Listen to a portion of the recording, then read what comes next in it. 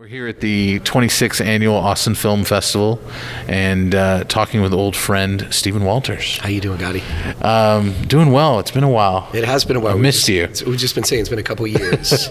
So I love that we just talked about the fact that Booth was the kind of the impetus and the start of it. Tell me about how you got attached to that storyline in the first place, because I think that's fascinating. Yeah, so I've been obsessed with this story for about 15 years. It started back when I was in college. Eric Archilla, the co-creator of 1865, we were in a theater history class at Baylor University together, and we were assigned the 19th century and given a list of topics. And I don't know if you know much about 19th century theater history, but it's not that exciting. It's really not. But one of the subjects on the list was John Wilkes Booth. And so we took that subject and we went to our theater history professor and we said, hey, would you let us write a play instead of a research paper? And he, for some strange reason, said yes. And that was the genesis of this project. It began as a play. We did a staged reading of it at Baylor University. And that's how it all started. And then, it was a terrible play. I mean, it was really just like characters reciting facts, because it was more of a research paper. But we always felt that there was something more to it. And about 10 years later, Eric and I decided to pick it up and kind of dust it off and turn it into an actual play. And so we applied for a grant, which we got, the Donna Wilhelm Family New Works Fund grant, to develop it at Second Thought Theater, and that became a play called Booth. And then I wrote a companion play to Booth that's called Mars, and that's about Secretary of War Edwin M. Stanton. And Mars and Booth sort of combined were really the genesis of what ultimately became 1865, the audio drama. So crazy. Yeah, it's a long, circuitous journey. Before we dive fully into the podcast and that whole realm and a little bit into Mars, because I think that's an interesting story on its own, even though I haven't seen a production of it. I'll give a little shout out to your Baylor Bears. Yeah, sick top Bears. 20, yeah. They're doing pretty good this year. Yeah, they are doing pretty good. After a rough couple of years, I'm not sure that they deserve to be doing good after everything they've been through. But Matt didn't do it. It wasn't Matt Rule's fault. Matt Rule's a good guy. Yeah. I think Matt Rule's got a good heart, and I think he's leading them in the right direction, and I think we're seeing the fruits of that on the field. But, the Art Briles era, that's a dark era in Baylor's history, right? I mean, there's no getting around that. Yeah, there's videotapes and audio tapes about that. It'll live forever. Yeah. But no, I wanted to give you that little shout out. Thanks for the shout out. Second Bears. So tell me about the Mars side of it, because I think as compelling as the Booth side is, Mars is probably a little bit less known and yet still just as compelling, the history of it. It's fascinating. So first of all, I think, when we think about the Reconstruction era and when we think about the aftermath of the Civil War, we all have a pretty simplistic understanding of what happened. We all know that, this famous actor shot President Lincoln, and we all know that, that resulted in a large manhunt, and we know Booth was ultimately killed. It's not captured.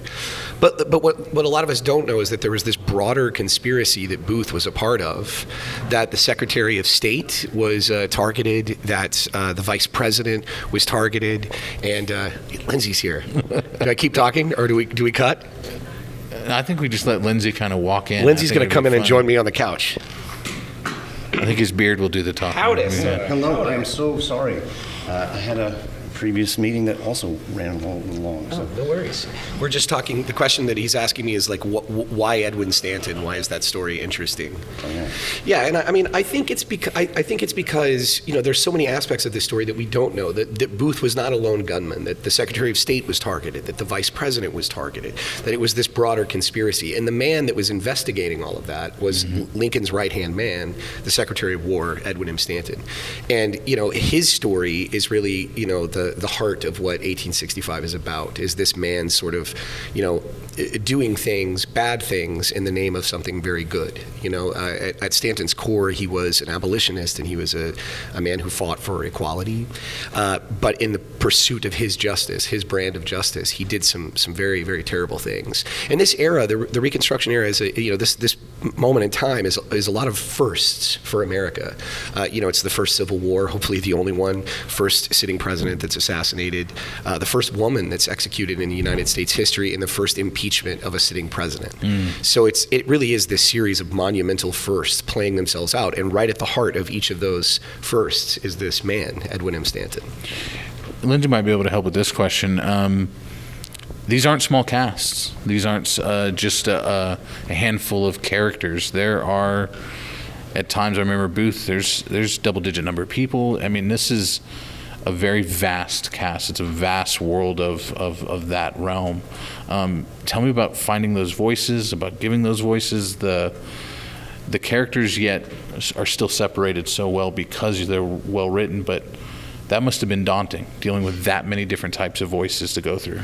Yeah, I think the cast approached 30 at the end. A couple of things there. One, we are blessed in Dallas by having a fantastic voice acting pool of talent. For some reason, there's a large anime company that does all the dubbing for Japanese anime films there. And so we have this trained pool of talent who knows how to work a microphone and become a character in audio. So that helped for sure. But also, if you actually listen to 1865, there probably are never more than 5 characters in a scene. That's deliberate for just comprehension reasons. It gets very cluttered very quickly. But even then, probably the preponderance of scenes are 2 people. And casting decisions were made on vocal timbre as well. We had a very capable actor that we cast initially in a role and then recast for no reason according to performance or ability. He just sounded too much like another character. And that was a decision that just had to be made, because when they interacted in a scene, there'd be no way for the audience to really follow it. They were too similar. And then, of course, we have some very dynamic actors who just take up the space. Jeremy Schwartz and R. Bruce Elliott, as Stanton and President Johnson. They're unmistakable in their performance, and that certainly helps a lot too. Can you talk about? Is there rehearsals? Is there? How do you guys prepare for the episodes? I mean, how much preparation goes into it? Most of the work that's done in the world of audio drama happens after the actors are recorded. I would say that what we did was we built time into the recording schedule so that we could take a couple of goes at it. But we were very lucky with this cast because they're, like Lindsay said, they're very, very gifted voiceover actors. I mean, being a voiceover actor is its own thing. It is not a one-for-one transfer. Being a good stage actor, or a film actor, or a TV actor does not a voiceover actor make. In our case, though, we were very, very lucky. So honestly, they didn't need much rehearsal. Wow. They came in fully locked and loaded, particularly in the case of our leads, Jeremy Schwartz, who plays Stanton, and R. Bruce Elliott, who plays Johnson. So, really, we just lucked out. But we did build time into the schedule so that we could take a couple of cracks at it, because invariably, Lindsay and I would realize something was not right about the scene. We would make tweaks and modifications to the text, and then, the actors would kind of bring their own take to it as well. So it was a very organic process, though. What's not understood is many of these takes that made the final are cold reads. Our actors really? were handed the script that day. Yeah. They've probably reviewed it. And certainly they embodied their characters. They had an understanding of, but in terms of the actual scene, no, they were handed an iPad and they went. So we would run, get 4 takes and pick and choose. That's a testament to how fast and how run and gun you can do this sort of work. I do think, though, in future, and we've discussed this, to avoid the rewriting in the room, many of our problems that we encountered could have been solved if we did a proper rehearsal or table read, and I think we'll definitely do that in the future. But not for performance reasons. It's just so that we've got the script right. That's so cool, though. I can't believe there's so much cold reading that, because it doesn't sound like it. I mean, it sounds like this is. I mean, they've lived these roles. Right. It feels like, you know what I mean? Absolutely. Well, one of the things I was going to say is that Ian Holmes, one of my favorite actors. He and Ian McKellen have 2 sort of different views of acting. Like, Ian McKellen is the kind of actor, he says, I've read this, that he does it precisely the same way every time.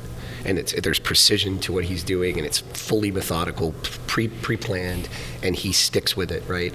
Well, Holmes is different. He kind of gives you a kaleidoscope, right? Like, you know, he may do the take 7, 8, 9, 10 different ways, but what you end up with, and I think on most of our actors kind of went that way, went the kaleidoscope way, because what you end up with are 4 or 5 very different takes, you know, different energy levels, different intensity levels, different volume or timbre levels, and then when you kind of edit it together, you do sort of have this kaleidoscope of possibilities, and you can kind of craft the scene in a very specific way. So a lot of the times what you're hearing is not one clean take all the way through. It's actually Frankenstein.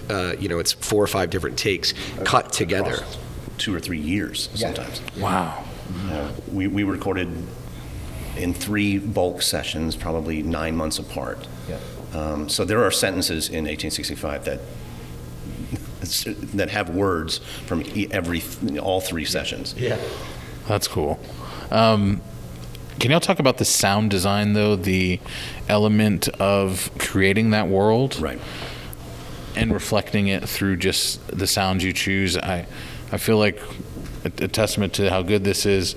You get immersed into it. It's not your typical podcast that's telling your story. I feel like these things are happening right there, and there are particular sounds that you guys are using that make me feel like I've gone back a little bit in time here, which is that's Great. That's perfect. Yeah. Right. Yeah.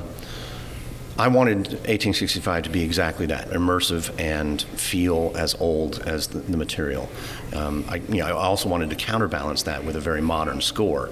But the sound design on 1865 is particular and exacting. We went and sought. I mean, I would have loved to have been able to record in the Driscoll, you know, because it's of the era, right? Like, you can just hear it in the room that this is a high-ceilinged, wood-paneled, carpeted room.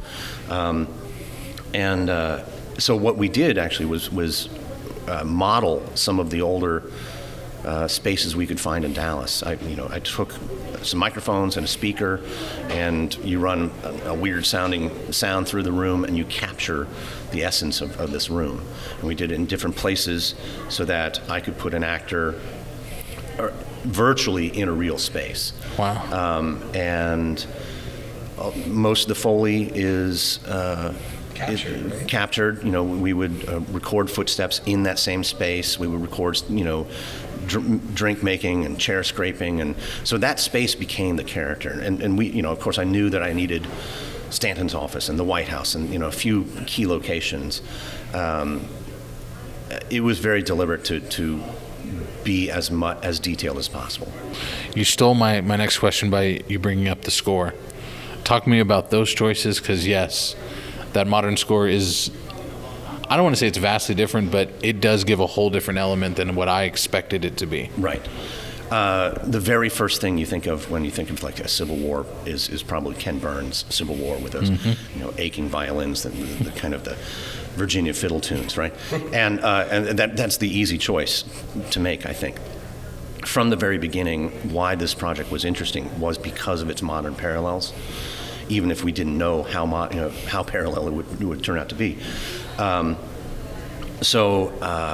While at the same time I wanted it to be as realistic and the characters and the places and the sound design to be as rooted in 1865, I wanted to remind everyone that this is not pure history. This is humans then and it's humans now. So it was deliberate to bring in a bunch of synthesizers and a very dark, brooding, modern score. That was deliberate. Now, I did choose the main instrument is a violin, almost inescapable choice, but it has no relationship to any sort of Civil War tune, and I like it. I think it adds the edge that brings an urgency and to the story. And I think it brings it up to today. Yeah. You know, it allows those reflections and those things that are, you know, repeating themselves in our history today to really pop and to lift. I mean, I think it does that very, very well. Is it kind of eerie how much it is reflective? Yes. I mean, when we started the project, we thought, way back in the Second Thought days, we were more interested in 9/11 and in, what the country did in response to 9/11. We were more interested in the idea of if we're sacrificing our civil liberties in the name of security and safety, are we giving up democracy? We were interested in that question, and I think that question is still in play in 1865. But the bigger question is what happens when there's this man in the White House who's trying to undo his progressive predecessor's legacy. This man who is a populist, is a champion of the white working class, who is ultimately under a cloud of suspicion that perhaps he conspired with the enemy to secure the White House. He is impeached, and the thing that triggers that impeachment is his firing of the War Secretary, Edwin M. Stanton. I mean, when you start thinking, it sounds like I'm talking about something else. And so that we did not see coming. That was revealing itself to us as days went along, but that was obviously that was not something that we caught lightning in a bottle. I mean, I've kind of said it's like, well, the country's loss has been 1865's gain. I mean, I think I'd rather have it the other way, but I mean, it's kind of true, right? This is a complicated subject, impeachment. I mean, what happens when Congress says one thing and the president says another? And our founding documents, our Constitution, is as brilliant as they are, and I think that we as a nation are still striving to live up to the highest ideals of those founding documents. But as brilliant as the Constitution is, as a piece of government, it's also deeply flawed. And impeachment is one of those areas where there are vulnerabilities and not crystal clear-cut answers to every situation. It's a messy process. It's a political process. And in 1865, some of the shenanigans that we see in the news today, they were happening back then as well. So everything has changed and nothing has changed. Yeah, it's amazing to me. I think that people reference like Clinton or Nixon era impeachment, but they don't necessarily touch upon something that almost seems identical to what is going on. Is there hopes in the writing for what's coming in the future for the podcast?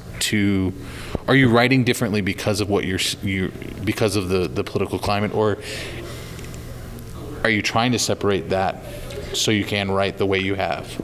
That's a really good question, actually. I don't know that I have a crystal clear answer in my mind, other than to say I do try to keep them separate, but it is also impossible to ignore. I mean, I am an avid consumer of the news. I mean, I'm constantly reading articles and watching news broadcasts, and it's impossible not to see the similarities, but I do try to remember and keep them separate because they are not the same thing. I mean, Andrew Johnson is not Donald Trump. These are two different people. They share similarities, but they are also very different. I mean, just as a surface level example, Andrew Johnson really came from nothing. I mean, he didn't really start from a place of privilege. He was born into indentured servitude, and so he really did pull himself up by his own bootstraps. And so his upbringing and his sort of populism was rooted in a real foundational thing that was core to who he was, and I think that makes him very, very different from Donald Trump. So I don't think that they're the same men, but they do share some similar qualities, and those things are tough to ignore. The podcast world as a whole, in the last decade, it seems to have exploded. Seems to have gotten to become very much mainstream. There's so many wonderful podcasts. Is that scary? Is that a good thing? How do y'all reflect it in your work? Will you take this one? Well, it's been fantastic for me. I'm a full-time podcaster at this point, which even 18 months ago might have seemed ridiculous. I love that podcasting has taken off. I am very hopeful that audio drama in particular will ride the same wave and gain popularity and acceptance as a medium. The audiences are still pretty small compared to other outlets. But I think it's indicative of a couple of things. Some very basic ones, just like Bluetooth in cars, and the ability to carry around a computer that can stream all this stuff. That's I listen to it in the car all the time. Yeah. And really 5-7 years ago that just wasn't possible. But also, we've been reminded about the intimacy and empathy building of audio, of storytelling through sound waves, unadorned and unaccompanied by any other manipulation. Even though there's plenty of manipulation in audio, but it's not as slick, it's not as processed as video.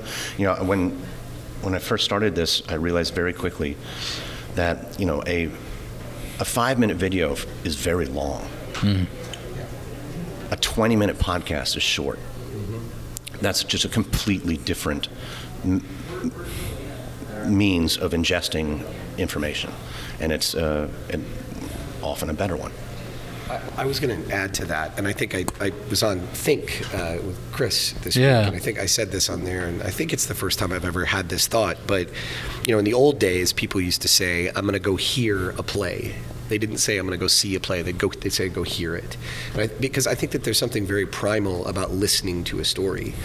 And in the world that we live in, where we do have these supercomputers in our pockets, I don't know about you, but at the end of the day, I spend a lot of time in front of the computer, and at the end of the day, my eyes are exhausted. I mean, they're twitchy, and, you know, I just, like, you know, I have to get those, like, blue glasses or whatever, you know, those things that, like, soften it for you. Blue light, yeah. Yeah, the blue, yeah.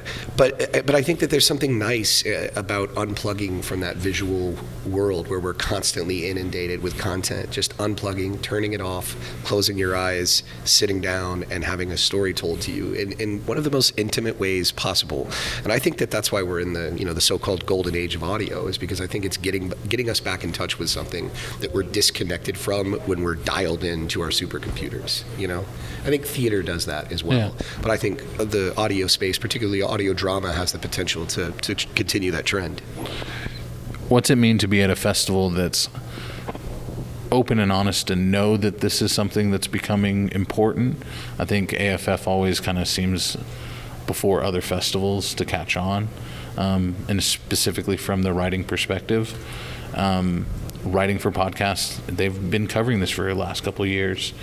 Is that cool to see that happen on the festival circuit? Because I know you've had experience at festivals that they don't have that clue. They don't understand what you guys are doing. Yeah, I think it's very cool. And yeah, I mean, it's, you know, we were joking around yesterday. We were like, what are we doing here at this film festival? But I mean, it makes perfect sense, right? I mean, we're storytellers. That's what we do fundamentally. And, you know, I'm on a panel this Saturday, which the subject of that panel is writing across mediums.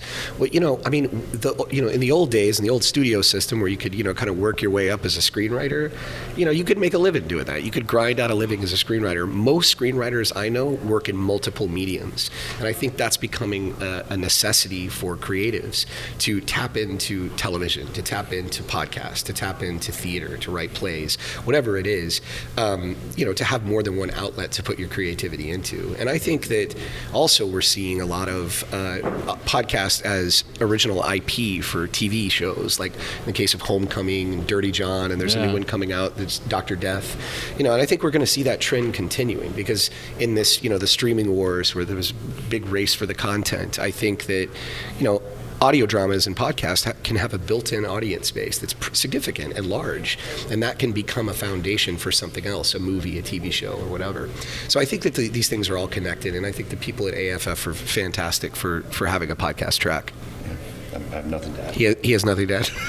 Well, Stephen and Lindsay, thank you for the time, but I would love to give you guys a chance to shout out where people can listen to the podcast and where they can find more information. Sure. The easiest thing to do would just be Google 1865 Podcast. It'll pop up pretty quickly. You could go to 1865podcast.com or open up your podcast app of choice and search 1865. We will be probably the very top, you know. And we have a new podcast, which we should probably... Oh, absolutely. Yeah, we should probably plug. So Lindsay and I are executive producers on a show that's called American Elections Wicked Game. It's very different from 1865 in substance. It's not an audio drama, but in the sort of theories behind it and the questions that we're asking, very similar. So we start with the first presidential election in U.S. history, and we go week by week on a march towards 2020. So we'll do one episode on every election in the history of the United States. So you can go to Wicked Game Podcast? Yeah, wickedgamepodcast.com. And in the 58 weeks that we have remaining before 2020, we're going to go through all 58 presidential elections. Exhausting. I love it. Yeah, exhausting. We need naps. Well, thank you, gentlemen. I'm a fan, and I can't wait to hear more. I'm going to have to dive into this now. Yeah, check thank it you out. guys Thank you, so guys. much.